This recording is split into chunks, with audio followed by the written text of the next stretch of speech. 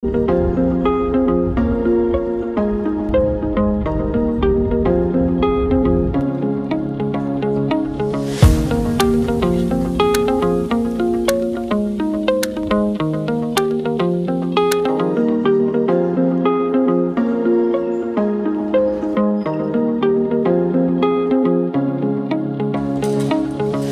të nderuar, përshëndetje. Faleminderit që jeni me KosovaPressin dhe na ndiqni vazhdimisht.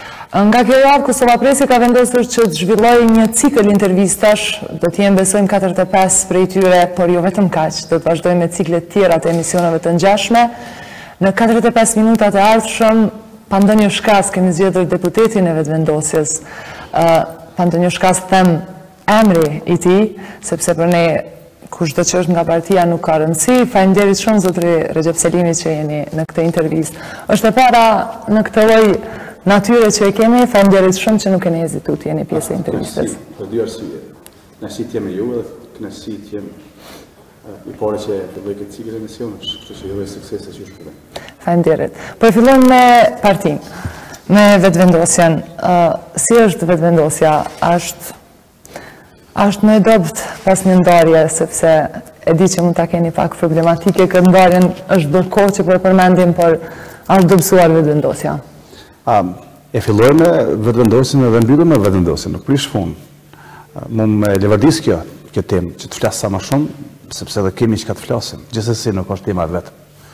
Por kur bëhet fjalë për sfidat në për të cilat ka kaluar lëvizja vetëvendosja në këtë mandat, jo thjesht për të mos e ka ndodhur ndarje, sepse nga lëvizja vetëvendosje nuk është shkputur një pjesë e saj që të ketë një emër identitet tjetër, por ka ndodhur braktisje të disa nga deputetët, dhe jo vetëm nga deputetët, të organizatës tonë politike, të cilët e kanë formuar një grup parlamentar dhe i kanë bashkangjitur një parti tjetër, një subjekt tjetër politik ekzistues të mëhershëm siç është Partia Socialdemokrate. Pra, këtë rast nuk bëhet fjalë për ndarje, bëhet fjalë për ikjen e disa nga deputetët që kanë qenë të zgjedhur në zgjedhjet e fundit parlamentare në logën e lëvizjes vetëvendosje. Është dobësuar vetëvendosja në ikjen e tyre? Nuk kem prej atyre që them që është bërë me efort momentin ku ka ikë.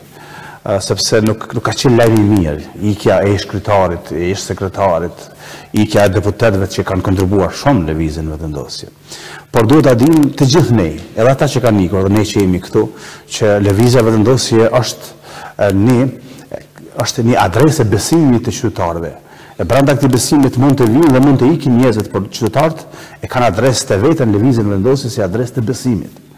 Ky besim veç sa është rritur, sidomos mas këtyre sfidave kur lëvizja vetëvendosje ka arritur jo ti mbjetoj, por ka arritur që thjesht të mos tundet edhe kur ka ndodhur një goditje shumë e madhe. Unë pranoj që ka qenë goditje shumë e madhe, braktisja e lëvizjes nga shumë personalitete edhe njerëz që kanë bërë të funksione, por do të shifet në ditët në të ardhme, e sidomos do të shifet në zgjedhjet e ardhshme, që lëvizja vetëvendosje nuk është zvogëluar, pavarësisht që kanë ikur disa, sepse njerëzit në lëvizje vetëvendosje vinë e ikën, lëvizja vetëvendosje mbetet aty. Pse ikën ata? Keni deklaruar një kohë, kam dëgjuar teksa thoni kur po e shoh që po bëjnë korume në kuvend, po e di për çfarë kanë ikur. Po në fakt unë kam qenë njëri për njerëzit që janë befasuar. Do në zemër, kanë herë ndoshta janë dukur edhe naiv. Sepse nuk e kam pritur që gjithë ata njerëz që kanë kontribuar në lëvizjen vetëvendosje, por jo vetëm që kanë dhënë, por edhe që kanë marrë nga lëvizja vetëvendosje, e s'paku, thon praktikisht që e kanë marrë edhe mandatin, disa për herë të parë e disa edhe më herët nga lëvizja vetëvendosje. Nuk kam qenë se thosh i përgatitur për gjë të tillë dhe në atë kohë jam pas mërzitur do në zemër. Në atë kohë më ka pasur shumë keq. Tash po vjen keq pse më ka ardhur keq atëherë. Sepse kur po shoh veprimet e tyre në Parlamentin e Kosovës, po kuptoj edhe më shumë se pse ikën. Por nganjëherë ndodh nga një ngjarje që ne e kuptojmë tashmë pse ata ikën në bazë të veprimeve të tyre çfarë ata po marrin sot në Kuvendin e Kosovës.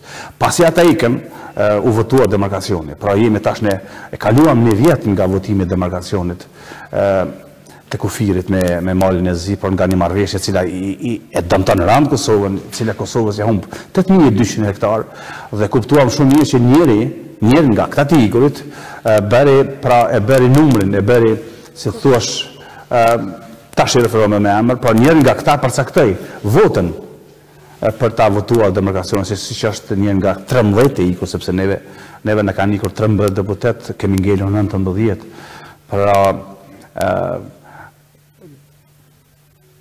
Për dallim prej legjislaturave të kaluara që jemi futur me 16 deputet, kemi dalë me 32.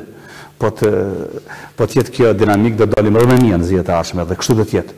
Pra, ata kanë ikur, po t'jeni të sigurt.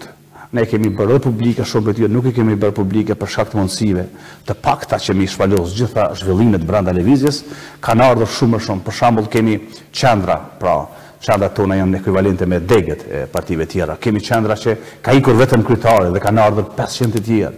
Dhe ky raport flet shumë që lëvizja vendosje është forcuar, e kanë rritur besimin sidomos te ata të cilët nuk janë thyer, ndonë se ka qenë një ndërmarrje shumë dimensionale për ta zhbërë lëvizjen vendosje, jo thjesht për ta ndarë. Çfarë ndodhi? A mund të themi që ndoshta vendosja nuk ju ofroi trajtimin e duhur, apo çfarë mund të themi? Pse tikin 13 deputet? Nuk është pak. Jo, është shumë. Por nuk mund të them, ose s'kemi si të themi që vendosja nuk i dha trajtimin e duhur atij për shembull që e bëri sekretar të përgjithshëm. Nuk mund të themi vendosja nuk i bëri trajtimin e duhur atij që e bëri kryetar të partisë. A ndryshuar diçka në vendosja nuk i trajtoi ata mirë ato që e bëri kryetar të kryeqytetit. Nuk mund të them që lëvizja vendosje nuk i trajtoi mirë ata që i bëri deputet. Dhe madje kjo do të tregojë ardhmja. A kërkuan diçka më shumë? Dhe këta të njëjtit të cilët u bën deputet dhe kryetar komunash, ta shohim në sfidën e ardhshme, a do të jenë deputet respektivisht kryetar komunash. A kërkuan diçka më shumë se këto që i kishin, apo thjesht ishte një vazhdimësi e punës së zakonshme? Unë po mundon të jem i kufizuar në terminologji që të mos më vend fjalët na tradhtuan eken, por sidoqoftë unë po flas për vete dhe për gjithë ata deputet, ata aktivistë dhe ata njerëz të cilët sot po punojnë zellshëm në lëvizjen vendosje, po them, ne nuk e tradhtojmë votuesin tonë. Ne nuk e tradhtojmë besimin e qytetarëve të Republikës Kosovës, të cilin besim na e dhanë në zgjedhjet e fundit. Ne nuk i tradhtojmë ata, e as nuk i shmangemi rrugës që kemi nisur. Tjerët zgjedhin rrugën e tyre, ata le të përgjigjen votuesve nga të cilët kanë marrë votat herën e fundit. Do ju takojnë disa ndonjë antar në KQZ atyre dhe a do ju takoj buxhet që e kanë marrë përmes vetvendosjes? Një nga qëllimi duket që ka qenë jo thjesht ikja nga lëvizja, por dëmtimi i lëvizjes vendosje kudo. Pra ikja atyre ose kjo ndërmarrje përbashkët shumë dimensionale, del që ka qenë e koordinuar kogja mirë, jo vetëm nga ata që kanë ikur, por edhe nga ata që na kanë luftuar më herët, që me rastin e ikjes së tyre, eventualisht ikin sa më shumë, ta dëmtojnë sa më shumë lëvizjen vendosje, edhe në aspektin financiar, duke tentuar që të marrën nga buxheti që i takon subjekteve politike të dalë nga zgjedhjet e fundit, edhe nga përfaqësuesit tonë që duhet të kemi në KQZ, por edhe nga komisionet parlamentare dhe në kryesinë e Kuvendit Kosovës. Por në të gjitha këto procedura, diku janë shkelur dhe dikun kanë ngelur shkeljen e tentativë të ligjeve dhe normave ligjore në Kosovë. Për shkak se është përdorur ky mekanizëm këtë artificial për ta paraqitur këtë grup parlamentar si subjekt elektoral. Në fakt, ky subjekt emrin e të cilit sot e ka një grup parlamentar ka pas marrë pjesë në zgjedhjet e fundit, PSD-ja pra, dhe nuk ka arritur të jetë parti parlamentare. Tash nuk kemi ne pse ti ndryshojmë ose pse ti referohemi varësisht nga situata subjekteve politike nga disponimi i pushtetit, por sikur PSD-ja ishte parti parlamentare, atë do t'i takonin në bazë të zgjedhjeve, në bazë të numrave, në bazë të fuqisë politike. PSD-s, pra të zgjedhjeve të kaluara si partner i koalicionit PAN, nuk i takon asgjë për arsye se nuk ka arritur ta çojë asnjë deputet në Parlamentin e Kosovës. Kurse të tjerë që kanë formuar grupe parlamentar mund të formojë kushdo. Edhe sot jo vetëm ata, sidoqoftë ata mund të shfrytëzojnë të drejtat për të pasur grup parlamentar, nëse arrin të bëhen më shumë se 6 deputet, 6 ose më shumë deputet, por dihet që grupet parlamentare kanë të drejtat e grupeve parlamentare të ndryshme dhe të shumë të pakta se sa ato subjekte politike të cilat kanë fituar në zgjedhjet e fundit. Pra duket që kur shohim tendencën për ta goditur lëvizjen vendosje edhe në aspektin e përfaqësimit në KQZ, në aspektin e përfaqësimit në komisionet parlamentare, në aspektin e përfaqësimit edhe në kryesinë e Kuvendit, atëherë kuptojmë edhe më shumë që ata pas kanë pasur qëllim më shumë se sa të ndahen. Ju për çfarë arsye do të dilnit nga vetëvendosja? Tash unë nuk kam fort dëshirë të flas për situata hipotetike, edhe për situatat të cilat nuk janë në plan, situatat për të cilat nuk janë as në furimin tonë. Pra nuk kam pse të flas që të dal nga lëvizja vendosje, përderisa unë nuk e kam ndërmend, nuk është temë kjo. Por për të flasim në aspektin teorik, unë nuk jam rastisht në lëvizjen e vendosje. Pra nuk jam rastisht në lëvizjen e vendosje, sepse në lëvizjen e vendosje unë gjej idealet e mia, e madje shumë për idealet të cilat i kam pasur në luftë. Dhe ajo që jam lidhur më shumë me lëvizjen e vendosje janë idealet e përbashkëta të lëvizjes së vendosjes dhe të ushtrisë shqiptare të Kosovës. Kështu kanë thënë edhe ata që kanë gjetur ideale në parti, por megjithatë dolën. Dakor, dhe këtu i kanë qendruar besnik idealet dhe i kanë shmangur. Prandaj mos harrojmë, ekziston një maksim. Për ideal e ndroj partinë. Për parti se ndroj idealin. E ku këto të dyja janë bashkë dhe pse të ndroj? As idealin, as partinë s'kam se të ndroj, përdesa këto të dyja janë në një vijë. Nëse do ndryshoni rrethanat në vetvendosje, ka gjasa të shkoni të ktheheni në AK? Në AK-n e dikushme. Me që keni qenë pjesë e saj? Unë jam aq i mençur sa që të mos bëj... Dhe gabim quhet kur e përsëritet gabimi. Kështu që unë nuk kthehem aq mbrapa, e ka qenë para 15 vitesh bëhet fjalë. Nuk kthehesh mbrapa. S'kam kohë, s'kthehem aq mbrapa. Pra, nëse do ta përsërisja gjë të tilla, do të gaboja. Flasim pak për bisedimet ose marrëdhënien e vetvendosjes me LDK-n. Çfarë po ndodh, po e shohim një lloj afërsie mes dy krerëve të partive? Jo, është e thjeshtë pse. Edhe poshtë ne kemi pasur bashkëpunime opozitarë me subjekte tjera opozitarë ku kanë qenë në opozitë në legislaturat e kaluara. Edhe tash, ne jemi dy subjekte parlamentare opozitare në Parlamentin e Kosovës, të dalë nga zgjedhjet e fundit, pra lëvizja vendosur dhe lidhja demokratike e Kosovës, dhe ne aty kemi bashkëpunim parlamentar dhe opozitar. Dhe kjo është e kuptueshme.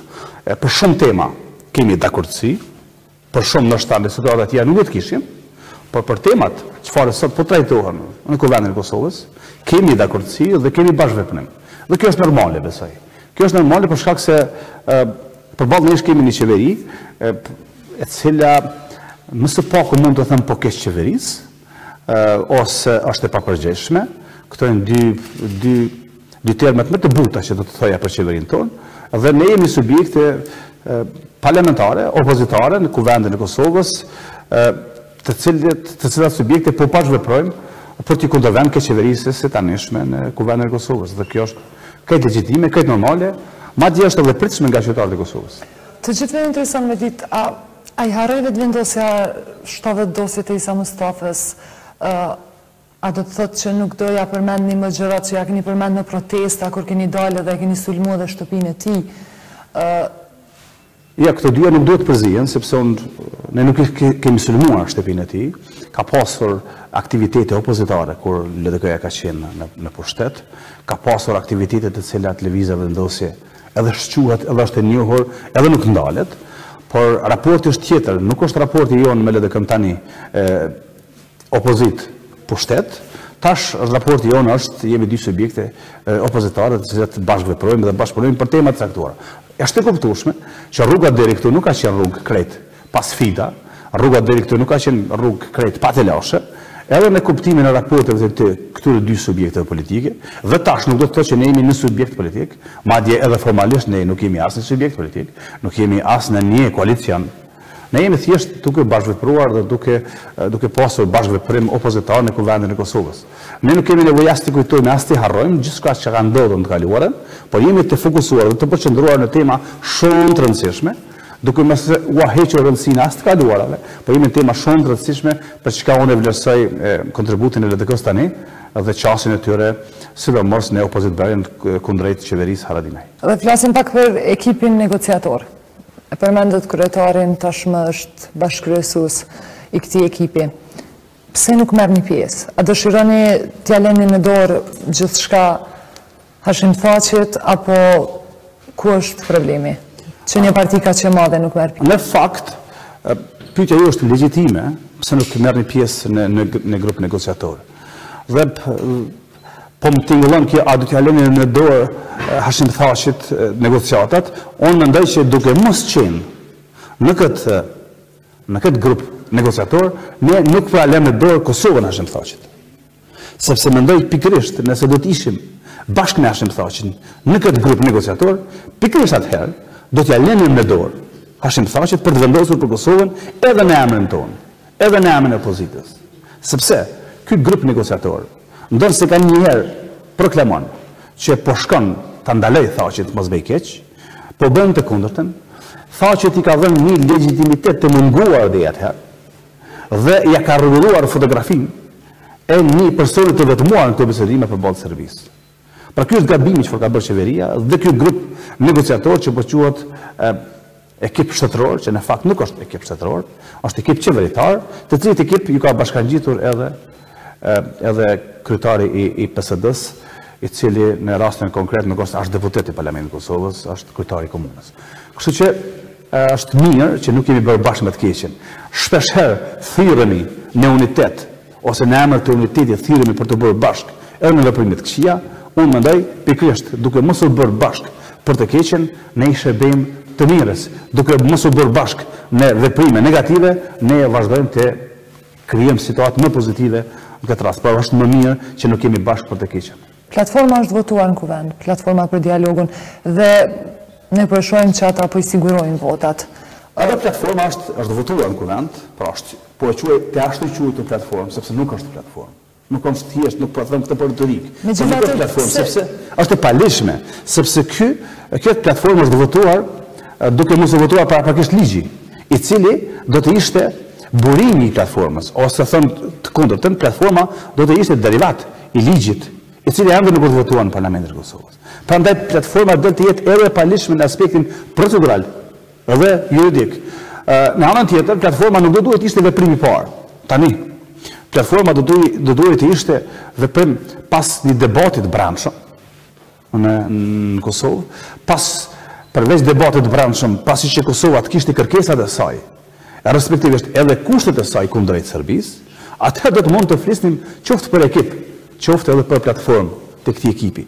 Përderisa nuk ka ndodhur debat i brendshëm, përderisa nuk kemi as kërkesat tona e as kushtet ndaj Serbisë, të krijohet një platformë e tillë, unë mendoj është thjesht kthim në një pozicion shumë të disfavorshëm edhe në aspektin politik, juridik, por edhe strategjik të Kosovës përballë Serbisë.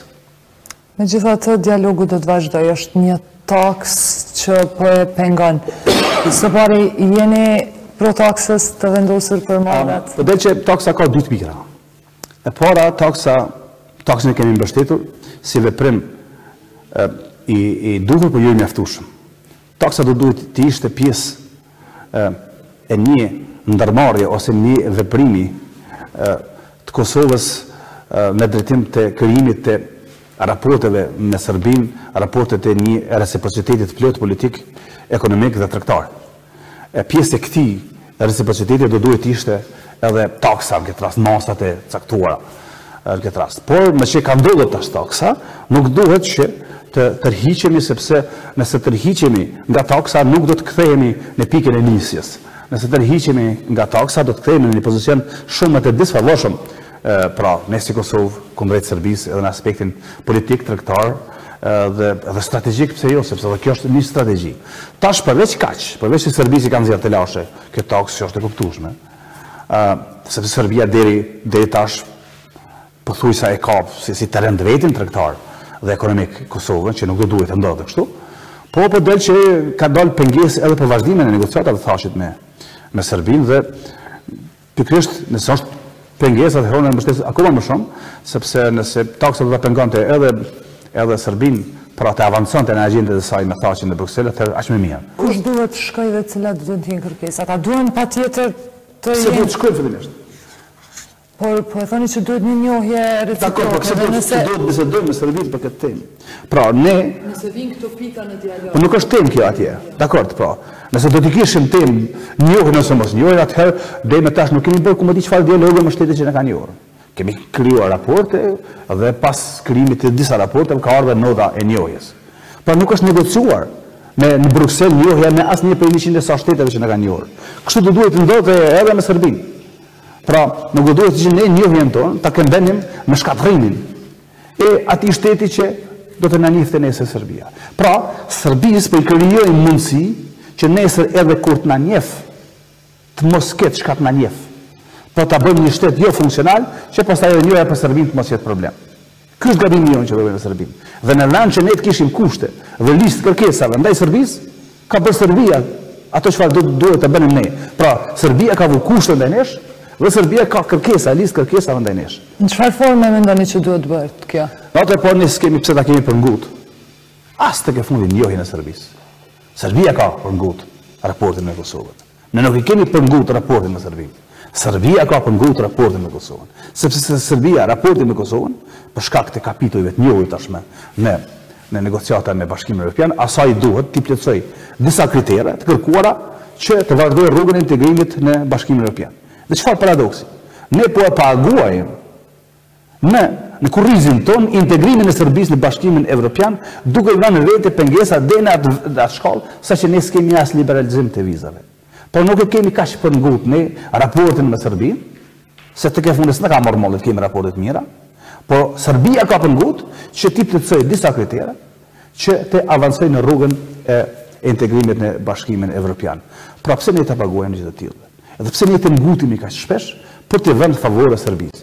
Pastaj, pikërisht këtu favore Serbisë do të kthehen në të ardhmen në disfavore për Kosovën, sepse paramendojnë sikur Serbia të shkojë para nesh në rrugën e integrimit, ne do të kemi akoma më të pamundshme rrugën e integrimit në qoftë në Bashkimin Evropian, qoftë në organizata të tjera ndërkombëtare. Çfarë ndodhi me liberalizimin e vizave? Para një viti, na është thënë që madje po është një titull sot të para një viti, një nga portalet tona në momentin kur pas votuar me 21 mars të vitit 2018 marrëveshja për liberalizim, titulli i madh kishte qenë në atë kohë Lamtomir izolim. Thua se shpëtuam nga izolimi.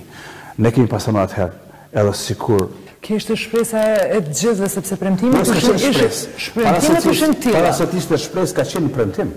Pikërisht. I atyre të cilët kanë bërë presion ndaj opozitës që kundërshtojnë atëherë, përmes shpresës së qytetarëve, që shpresa e qytetarëve me qenë presion ndaj nesh, edhe qytetarët të ke fundit nuk kanë qenë fajtorë, përdesa kanë qenë të mashtruar.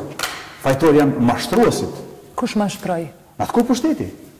Dhe gjithë ata që kanë proklamuar, duke filluar nga ata që kanë nënshkruar marrëveshjen, dhe nga ata në fund që votuan marrëveshjen. Për mua janë të njëjtë.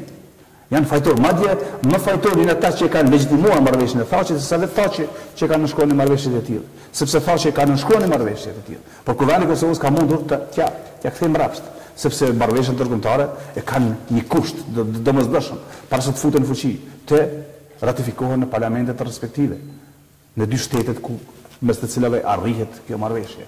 Dhe krijua një shpresë të qytetarët, gjithsesi ne kemi thënë atëherë që është shpresë e rrejshme, edhe sikur të ishte kusht, ka qenë kushti i padrejtë, që ne të paguajmë liberalizimin me pjesë të territorit të Republikës, por po ashtu doli që ka qenë edhe gënjeshtër.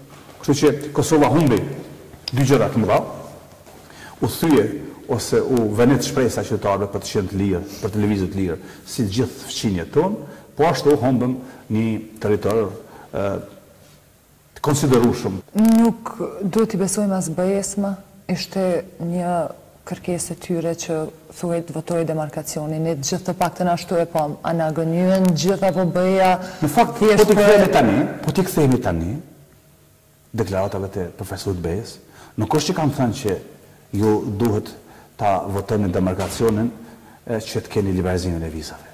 Po kërkoj titull, po kërkoj deklaratë, nuk po del kështu. Po del që në atë kohë kanë interpretuar gabimisht profesusit e pushtetit në Kosovë. Ose qeverisë Kosovës, kanë keq informuar, ose i kanë interpretuar deklaratët e tyre sikur ata, po na thonë që nëse ju kaloni marrëveshjen për demarkacion, do të përfitoni nga liberalizimi. Por edhe ku janë pyetur drejt për drejt, nuk kanë thënë që ju do ta fitoni në mënyrë automatike liberalizimin nga kjo. Normalisht që ku ka marrëveshje mes shteteve, trajonit, se të shtrohet nështë më shumë rruga e integrimit, por kjo integrim nuk duhet na kushtoj me territor, dhe nuk duhet na kushtoj me shkatrimin e shtetit, të cilin metojnë ta integrojmë në Evropë. Po tani, po e thonë drejt për drejt që nëse arrihet një marrëveshje me Serbinë mes dy shteteve dhe njohja reciproke do të ketë liberalizim vizave për Kosovën? A është thënë kjo? Nuk e kam dëgjuar kështu një gjë të tillë, por në fakt nëse e bëjmë shtetin tonë aq të pa jetueshëm, saqë të ikim nga ky vend edhe duke dhënë pjesë të këtij vendit, atëherë përgjegjësi i Kosovës del ai që udhëheq me këtë vend, ose ata që udhëheqin me këtë vend. Pra ne përfutemi në një farforme në një lloj, ta quaj kushtimisht, një lloj fajde që po morrim pak e po japim shumë dhe në fund do të bëkemi pa asgjë, sepse nuk është komedi të krahasuar me territorin edhe me shtetin, ku nuk është komedi çka nëse ndodh edhe një liberalizim që tashme e ka edhe Maqedonia, e ka dhe Shqipëria, e ka dhe Bosnia, e ka dhe Serbia dhe tjerë. Pra ne na duhet akoma më shumë se kaq. Ne nuk na duhet vetëm liberalizimi si mundësi e ikjes nga ky vend. Ne na duhet që nga njerëzit liberalizimin ta kenë si diçka dytësore, e parësore ta kenë jetesën e mirë në këtë vend. Prandaj nuk është gjithçka nëse Kosova humb shumë çka dhe me liberalizimin. Megjithatë po flasin vazhdimisht që po bëhen gjëra, po e thoni që ky vend po bëhet rrezik të bëhet i pa qëndrueshëm një person në këtë vend. A kam faj vetëm qeveria apo edhe deputetët? Keni filluar të votoni në emër të partisë apo po i mendoni qytetarët kur po votoni ligje? Ju kemi parë në seanca. Në atë por nuk do të përgjegjësohen deputetët. Në Parlamentin e Kosovës, si çdo parlament pluralist, ekziston majoranca apo opozita. Dhe kur nuk mund të kërkohet nga deputetët e opozitës ai çfarë e kanë përgjegjësi dhe detyrë qeveria dhe majoranca e qeverisë. Sepse nganjëherë më ka rastis, ndoshta një digresion shumë i vogël, më ka rastis njerëzit që kanë pakënaqësi me qeverinë dhe shprehen me parlamentin. Brenda i fjalë. Kështu që në Parlamentin e Kosovës ekziston majoranca dhe opozita. Dhe është këtë i kuptueshme që nuk veprojnë njëjtë. Këtë është i kuptueshme që në shumë pika nuk dakordohen, megjithëse ka edhe pika tjera që ne dakordohemi, madje ka pasur tema që ne jemi dakorduar dhe kemi votuar të gjithë njësoj, por nuk duhet të përgjegjësohet puna e deputetëve dhe as parlamentit. Megjithatë, kur ka diçka të dëmshme mund ta kundërshtoni, sikur që keni bërë me kemi vazhduar dhe do ta kundërshtojmë prapë. Siç kemi bërë edhe në seancën e fundit, në seancën e parafundit dhe të tjera. Do e kundërshtoni në emër të partisë apo për të mirën e qytetarëve? Jo, ne kemi një mandat aty. Ne kemi parë të ngrit mizerin në emër të qytetarëve. Ne kemi votuesin dhe partinë kemi një, sepse ne përfaqësojmë votuesit të cilët i kanë besuar subjektit tonë politik. Por ne nuk kemi të ndarë. Pra ne ashtu siç na kanë besuar dhe ne ashtu po vazhdojmë të veprojmë. Për ndryshe, ose për dallim, prej subjekteve të tjera politike, disa subjekte të tjera politike, madje kogja subjekte politike, të cilët votën e kanë marrur për diçka tjetër dhe në kuvend përfaqësojnë diçka tjetër. Unë kam hasur qytetarë që kanë votuar subjekte të tjera politike, të cilët dakordohen me parimet që i manifeston ose që i përfaqëson lëvizjeve vendosur në kuvend. Dhe kur e kam pyetur deputeti që ti ke votuar, a mendon sikur ti thotë ju, a vepron sikur ti thotë ju. Pra, ne po vazhdojmë të qëndrojmë besnik edhe idealeve, po të qëndrojmë besnik besimit të qytetarëve. Këtë po bëjmë, këtë po bëjmë gjithë lëvizja vendosje në Parlamentin e Kosovës. Kohëve të fundit kemi pa një gjuhë, nuk dia si ta quajmë. Ta quajmë banale, nëse është pak e tepërt, por ka rënë niveli si duket i seancave, çka po ndodh. Më shumë bisedohet kush ka qenë në shik, kush ka ofendime të rënda. A mendon që po ikët asaj për çfarë janë deputetët aty? Për fat keq ka ndodhur kështu. Te Parlamenti i Kosovës të përfshirë janë edhe deputetët e vetëvendosjes. Prandaj po kemi debatin mes Glaukut dhe Dardan Molliçajt. Unë kam qenë shik, ju s'keni qenë, pastaj ofendimet që bëhen me të tjerët. Dakor. Ju të folit nuk përjashtohen deputetët e lëvizjes vendosje. Dardan Molliçaj është deputet e lëvizjes vendosje. Është Glauku, mos kohë. Mësoj çfarë ka thënë Glauku. Ka thënë s'kam qenë shik, kaq. Ka thënë është mundur të jap sqarime edhe. Dakor, po ku është niveli i ulët i Glaukut më thonë këtë rast? Dhe unë marr përgjegjësinë çfarë do të ka bërë. Si është thënë që të tërheqin në nivelin e juaj. Dakor, po, se çdo që vetë unë marr për sipër, çfarë do të ka thënë Glauku në këtë mes. Jo çfarë, por jo çfarë thot Dardani. Po jo çfarë thot. Patjetër që në. Kështu që unë në këtë rast duhet kam të drejtë.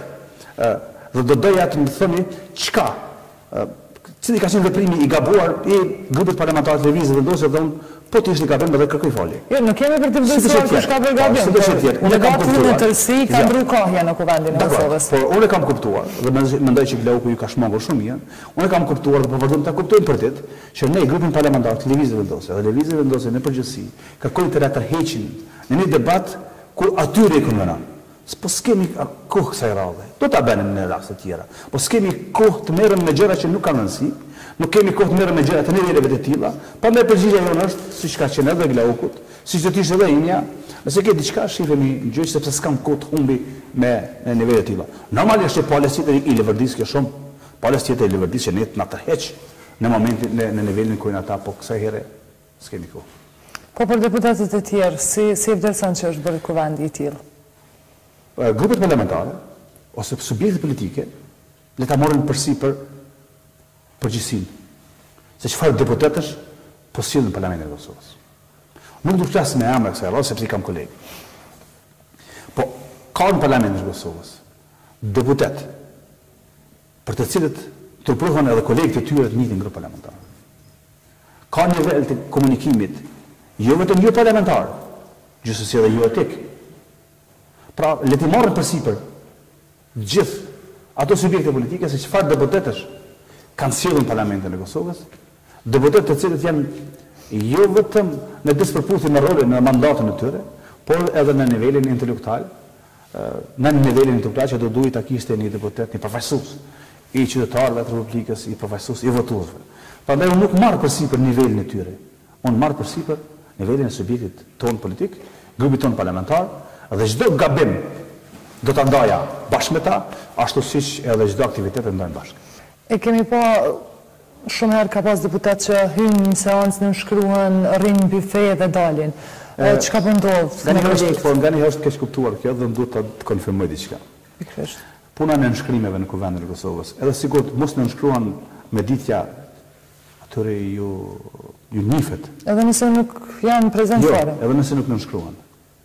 Po, edhe nëse nuk nënshkruan, nëse kanë qenë prezent, ata marrin me ditje. Po deputetët e Parlamentit të Kosovës nuk e kanë vend punë kuvendin, seancën. Ata vend punë kanë mandatin që e kanë. Pra nuk është problematika kryesore nëse hinë dalin bife, shkojnë në mbledhje komisionet, mungojnë apo s'mungojnë. Mua më intereson se sa efektiv është ai, sa e përfaqëson qytetarin të cilin sa po janë efektiv. Unë flas për vendin ne si grup parlamentar përfaqësojmë qytetarin tonë dhe mundojmë që maksimalisht të japim kontributin tonë. Qoftë në seancë, e mbi të gjitha në komisionet parlamentare, e veçanërisht për grupet punuese, ku në fakt bëhet puna kryesore e një deputeti, sidomos në grupet punuese. Qoftë në draftimin e ligjeve, qoftë në procedimin e ligjeve derisa ato të shkojnë në komision dhe pastaj edhe në seancë. Pra ato është bërthama ku një deputet punon.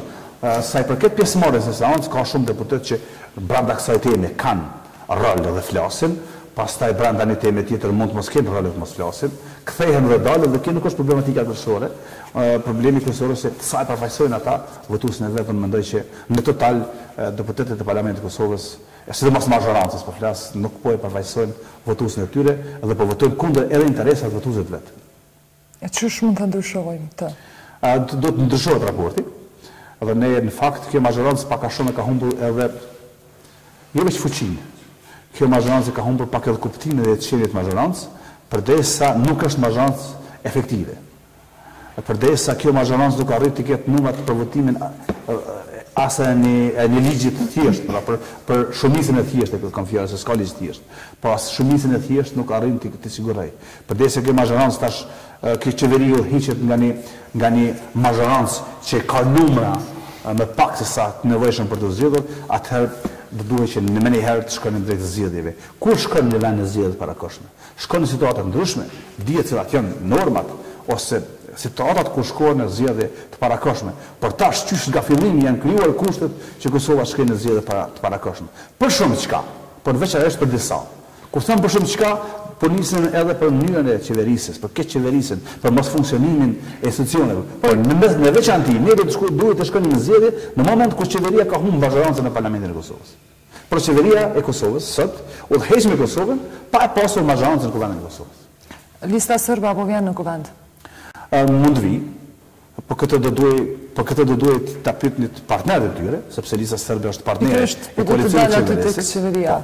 Lista sërbe është partner e koalicionit qeverisë, për fat keq ka përcaktuar, ka determinuar zgjedhjen e kësaj qeverie, formimin e kësaj qeverie, dhe vërejtja ndërkryesorët tonë ka qenë atë kohë që po e formon një qeveri duke e pasur listën sërbe përcaktuese, qoftë edhe në formimin, qoftë edhe në funksionimin e kësaj qeverie.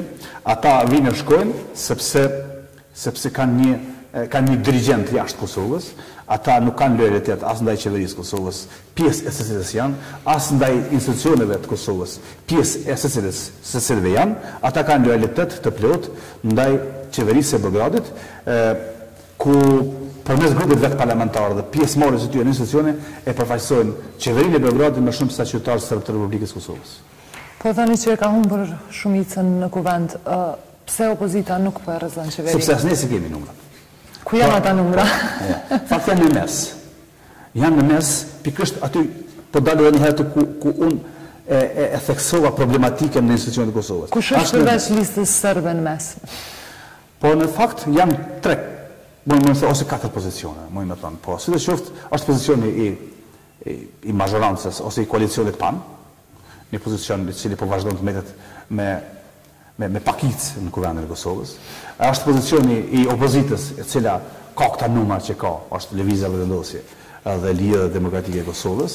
Është pozicioni i listës sërbe, e cila krijon situata të ndryshme dhe përveç se ka qenë përcaktuese e bërës së qeverisë, ka qenë në vazhdimsi përcaktuese edhe funksionimin e qeverisë. Është edhe subjekt politik i një grup parlamentar PSD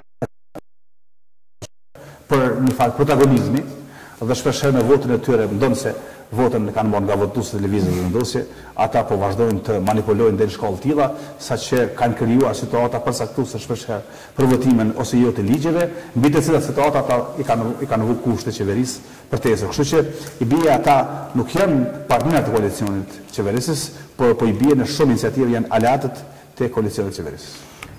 Pra, kur jemi të këta numrat dhe ju nuk e keni shumicën për të rrezuar qeverinë, është diskutuar shumë a do të bashkoheni me listën sërbe për të rrezuar këtë qeveri. Për të bashkuar me listën sërbe, ndoshta do duhet vinin ata në iniciativën e juaj si opozitë.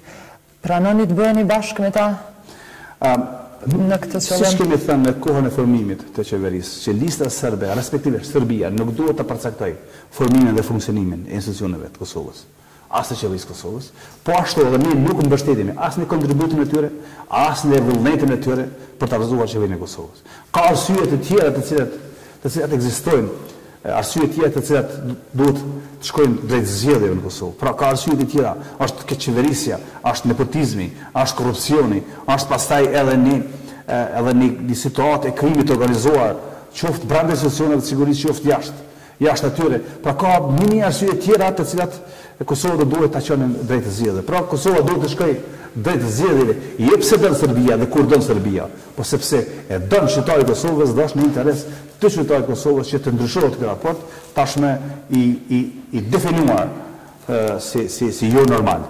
Kështu që drejt zgjedhjeve duhet të shkojmë jo pse don Serbia, po për shkak që don Kosova. Nëse nuk e dëshironi listën sërbe në këtë çështje, PSD-ja mendoni që është vendimtare në këtë? PSD-ja? Për ta rrezuar qeverinë. Nuk flas shumë për situata hipotetike, por në një situatë të tillë di që do t'i krijojnë një situatë favorshme për të vënë kushte mirëmbajtjes së qeverisë dhe në tutje. Kështu që unë për vetes personalisht nuk i besoj. Edhe ata i përjashtoni nga kjo mundësi? Nuk thash i përjashtojmë, por nuk i besoj. Do duhej të mos flisja në përgjithësi për të gjithë, por duke por kalkulimet e tyre politike në favor të pushtetit, unë s'kam pse t'i besoj. Kalojmë pak tek e lufta. Pa dash të kthehemi në atë kohë shumë në detaje, keni deklaruar që jeni pjesë e ushtrisë lirimtare kur fillat e saj ka pas në vitin 94. Kam pasur rastin, ka një quaj edhe fat, gjithsesi edhe mundësi, po mbi të gjitha vullnet, që të jem në fillet e para të formimit të strukturës të ushtrisë lirimtare të Kosovës, dhe prej atëherë deri në përfundimin e luftës, i kam qëndruar besnik ati ideali dhe asaj lufte, dhe po të vazhdojnë të edhe sot lufta, edhe ti isha unë gjallë normalisht, dhe ti isha akoma ushtari justisë shqiptare të Kosovës. Kështu që kjo është se thush është e definuar tashme në qëndrimet e mia të vrakshme. Ose flasim për anat të cilët gjykata speciale po i fton tani në intervista. Çfarë pozita kam pas? A bon 45 minuta. Për pak regjia besoj në lëndra. Asnjëri prej tyre e asome nuk i shmangë me besoj që i shmangë detyrave që kemi pasur në Shtetin Shqiptar të Kosovës, përkundrazi. Shmangja do të ishte disfavor për të gjithë, por sido që të jetë, mendoj që qenja pjesë e UÇK-s mendoj që është favor edhe për ballë gjykatës speciale, një gjykatë kajtë e pa drejtë për UÇK-n, për shqiptarët dhe për Kosovën. Kështu që varësisht për situatave, unë gjithmonë prej ditës të parë deri në ditën e fundit kam qenë UÇK, dhe po të ishte edhe sot UÇK-ja funksionale dhe në luftë, pra do të isha UÇK. Pse nuk e aplikuar për veteran? Kam dy përgjigje. Thuaj. Përgjigja por është pak a shumë retorike. Ushtari s'është veteran. Jo ushtar ende? Jam ushtar ende, por në forma tjera. Jo, unë mendoj që përgjigja ime është kjo, që në Kuvendin e Kosovës është proceduar një ligj, për të cilën kam pasur vërejtje dhe është dashur ta mbështesim, por për të cilën kam pasur vërejtje, e mbi të gjitha kam pasur vërejtje për procesin. Pasi është formuar ky ligj dhe për t'i adresuar edhe më shumë këto problematika, unë kam zgjedhur që t'jem ndoshta edhe pse jo veterani i fundit i regjistruar, pasi që t'jetë kryer kjo çështje. Ka dalë që kam pasur të drejtë kur i kam paralajmëruar problematikat, jo vetëm që nxjerr ligji, por që i mundson ligji dhe që të tjetë pastaj keqpërdori, dhe kanë keqpërdorur në mënyrë enorme, saqë është ka rritur në trafishim të numrit të veteranëve për kundrejt luftëtarëve të vërtetë që kanë qenë. Sa luftëtarë kanë qenë sipas jush? Nuk ka lënë shifra 20.000 në asnjë situatë, duke përfshirë ata që kanë qenë në Kosovë dhe në Shqipëri. Në asnjë situatë nuk ka lënë shifra 20.000. Kush ka keqpërdorur me këto? Por tash që të mos flas me emra, ka pasur një komision shtetëror për verifikimin e listat veteranëve dhe ata kanë përgjegjësinë pse ka arritur numri deri në trafishim. Po ata mbajnë përgjegjësinë dhe unë i mbaj përgjegjës të gjithë ata të cilët janë pajtuar me gjë të tillë, e sidomos ata të cilët e kanë deformuar procesin deri në abuzim, në shitje, në blerje të statusit të veteranit për përfitime materiale. Pse nuk e ndaluat ju që ishit pjesë e luftës që nga fillimi? Po, unë nuk kam mundur, s'kam pasur asnjëherë situatë mundësi që ta ndaloj gjë të tillë, mundësinë e parë që do ta kam, kurdo që ta kam mundësinë ekzekutive, do të ndaloj gjë të tillë, prandaj merrem si premtim që kjo pikë duhet të kthehet në pikën 0. E di që dham, po duhet të kthehet në pikën 0, që veterani të jetë veteran, që të mobilizuarit të jetë mobilizuar, dhe në këtë rast nuk po përjashtoj njerëz që kanë dhënë kontribute, por kundrazi. Unë do të them që njerëz që kanë dhënë kontribute si të mobilizuar në kohën e luftës, nuk kanë qenë vetëm 70.000, kanë qenë ndoshta 700.000, por duhet të ndahet mirë se kush janë ata të cilët kanë kontribuar, kush janë ata të cilët kanë dhënë shtëpitë e tyre, kush janë ata të cilët kanë dhënë pagat e tyre, kush janë ata të cilët kanë mbështetur nga forma të ndryshme, edhe kush janë ata të cilët kanë luftuar, sepse termin dhe statusin e veteranit nuk e kemi shpikur ne shqiptarët, që ta dizajnojmë sipas dëshirave tona, sipas tekeve tona, veteranët e luftës në gjithë botën janë ata ushtar të një ushtrie të caktuar që marrin pjesë në një luftë të caktuar. Kaq që thjesht është. Drejtësia ka dalë me një lloj kërkese që duhet t'ju të ndjalohen pagat e veteranëve. Edhe gjova, ka dalë prokuroria. Çka me ata që me të vërtetë kanë qenë luftarë? Po nuk mendoj që është kërkesë e drejtë që t'i ndalen, mendoj përkundrazi. Ky rrit presionin që të mos ketë drejtësi, sepse kjo në mënyrë indirekte duket që i kanë vënë pak a shumë pushtetit. Fillimisht krijohet një farë trazie që të kërkojnë pastaj. Sepse me sa e patju në listat e të ashtuqytërve, listat e të ashtuqytërve veteranë të rreshëm i futën e disa veteranë të vërtet për t'ju referuar si pikë referenci që ja kënë kanë quajtur veteranë të rreshëm. Ç'është mund të zgjidhet kjo çështje? Mund të zgjidhet është thjesht. Të kthehet në ligjin Kuvendit të Kosovës, të përcaktojnë kriteret në ligjin, të cilat i kemi krijuar qysh moti, kriteret në ligj dhe pastaj ti respektojmë 100% ato kritere. Po ti kthehemi dhe ti përcaktojmë drejt kriteret. Po të mos lëm hapësira ligjore, atëherë shumë me thjesht do ta kemi të ardhmen ta zgjidhim këtë problem. Por gjithsesi do të na marrë kohë gjatë për shkak se duhet ta kemi një riverifikim që nga fillimi si proces. Nuk është i vështirë, por është i domosdoshëm. E di e keni kundërshtuar gjithmonë gjykatën speciale. Pjesë e luftës që nga fillimi besojmë që në ndonjë formë ka gjasa që mundet ju ftojnë në gjykatën speciale. Keni marrë ndonjë ftesë ende? Jo, nuk kam marrë ende, prandaj po të pyes ende. Nuk kam marrë pjesë ende në ndonjë ftesë, por do të marrë do të jetë çudi. Madje nuk e kam shqetësimin, do të kam në ftesë apo s'do të kam. Shqetësimi im kryesor dhe vetmi ka qenë 3 gushti i vitit 2015, momenti kur është votuar në Kuvendin e Kosovës kjo. A dit jam shqetësuar, a dit jam ndier i atakuar, a dit jam ndier i vrarë kur na është vrarë lufta jonë. Të tjerat pastaj janë kolaterale. Do përgjigjeni? Normalisht. Pse jo? S'kem pse t'ikim. Kam pasur nga një herë pyetje që a keni frikë nga gjykata speciale. Përderisa kjo është pa drejtësi, duhet kemi frikë të gjithë. Po të ishte drejtësi, duhet të kisha frikë asnjëherë. Dhe për fund, nëse kemi minuta ende, na thuaj pak marrëdhënien mes jush dhe kryeministrit dhe gjithashtu edhe me presidentin për në fund krejt. Keni ndryshuar qëndrimin e ndaj zotrit Ramush Haradinaj prej kur ajo është në qeveri? Dhe më duket që vetmja çështja që jeni pajtuar deri tani me të publikisht është taksa. Ka diçka tjetër që pajtoheni me kryeministrin? Shumë që pajtohemi. Në fakt me zotin Haradinaj jemi bashkëftar. Dhe neve na ka lidhur luftë, na ka lidhur raportet tona në luftë, por gjithsesi edhe raportet tona që kanë pasur me familjet e tyre, sepse mos harrojmë familja Haradinaj është një familje dëshmorëve që ka dhënë dëshmorë, ka dhënë heroj. Kështu që raportet tona për bashkëftarësh janë të ndara me raportet tona politike. Pra në raportet tona si bashkëftar puqemi, dhe është në rregull në raportet tona politike nuk duket që jemi afër dikon. Por kjo është normale në këtë situatë. Apo dëm me qeverisë? Ashtu ditë me qeverisë? Unë do doja që Haradinaj të ishte i suksesshëm edhe kur unë jam opozitë. Po kësaj radhe më ka zgënjur. Po presidenti, çfarë qëndrimi keni tani me të? Në fakt për mua, në fakt për mua, po kam qenë bashkëftar. Në fakt për mua, thënë dorën zemër, nuk është president. Për mendimin tim. Nuk është president i gjithë, sepse presidenti në rolin e vet kushtetuese ka të jetë president i gjithë qytetarëve dhe po ashtu të jetë përbashkrues i gjithë subjekteve politike. Apo jo, të jetë figurë uniteti. Ky ka të kundërtën. Ky nuk është as president i gjithë qytetarëve të Kosovës, e mbi të gjitha nuk është figurë i uniteti, është figurë ndarëse. Madje në momentin e zgjedhjes së tij ka qenë pa opozitën, duke nxjerrur opozitën nga Kuvendi i Kosovës dhe policia. Dhe nga ky fakt, që nga ai moment nuk është as presidenti imi, as presidenti i atyre që i kanë nxjerrur jashtë, e rrjedhimisht as president i atyre votuesve të këtyre deputetëve që janë nxjerrur zvar nga Kuvendi për të zgjedhur ky njerëz si president. Duket që ka pasur ambicie personale, dhe kështu e kemi pas marrë në fillim. Dhe të ke fondit, po ta kishte vetëm ambicie personale, ndoshta do t'ja falja një mandat. Po bëdet që për te i personales, a i ka dhe planet tjera, të cilat po i shpalos tash me qasën ndaj dialogut, me qasën ndaj kufive, ndaj territoreve, dhe po del që nuk ka qenë këtë të thjesht në largimi i opozitës në atë kohë nga Kuvende për të zgjedhur ky deputet, ky president, dhe nuk ka qenë thjesht një plan një momente, po duket që pas ka qenë plan jo në dam të opozitës atëhershme, po në dam të Kosovës së ardhshme. Faleminderit shumë që ishte në këtë intervistë.